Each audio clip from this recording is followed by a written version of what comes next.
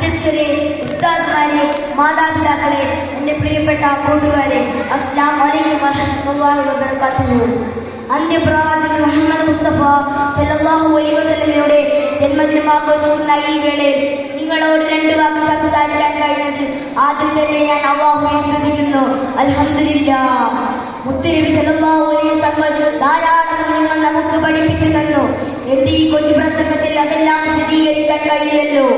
അതുകൊണ്ട് ഏറ്റവും പ്രധാനപ്പെട്ട ഒരു സംഭവം ഞാൻ നിങ്ങളുമായി പങ്കുവെക്കാം.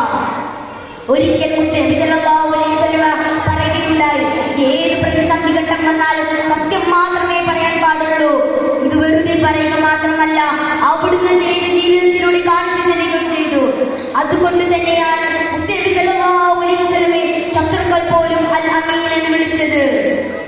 ഒരിക്കൽ ഒരു അറാബി മുത്തുനബി സല്ലല്ലാഹു അലൈഹി വസല്ലമയുടെ അടുക്കൽ വന്ന് പറയുകയുണ്ടായി, നബിയെ, എനിക്ക് എല്ലാ തെറ്റുകളിൽ നിന്ന് ഒരേ സമയം മാറി നിൽക്കാൻ കഴിയുന്നില്ല.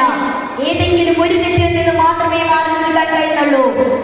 ഈ സമയം നമ്മുടെ മുത്തുനബി സല്ലല്ലാഹു അലൈഹി വസല്ലമ അറാബിയോട് പറഞ്ഞു, നിങ്ങൾ ജീവിതത്തിൽ ഒരിക്കലും കളവ് പറയരുത്. ഈ ഒരു തെറ്റിൽ നിന്ന് നിങ്ങൾ മാറി നിൽക്കണം. ഇത് കേട്ട അറാബിക്ക് സന്തോഷമായി. കളവ് പറയാതിരുന്നാൽ മാത്രം മതിയില്ലേ, ബാക്കി തെറ്റുകളെല്ലാം ചെയ്യാലോ എന്ന് കരുതി സന്തോഷിച്ചു. അടുത്ത ദിവസം മോഷ്ടിക്കണം എന്ന വിചാരത്തോടെ ഒരു വീട്ടിലേക്ക് പോവുകയായിരുന്നു. അപ്പോഴാണ് നബിയുമായുള്ള കരാർ ഓർമ്മ വരികയും, നാളെ മുത്തുനബി സല്ലല്ലാഹു അലൈഹി വസല്ലമ മോഷ്ടിച്ചോ എന്ന് ചോദിച്ചാൽ ഇല്ല എന്ന് കളവ് പറയാൻ പറ്റില്ലല്ലോ. മോഷണത്തിൽ നിന്ന് പിന്മാറി.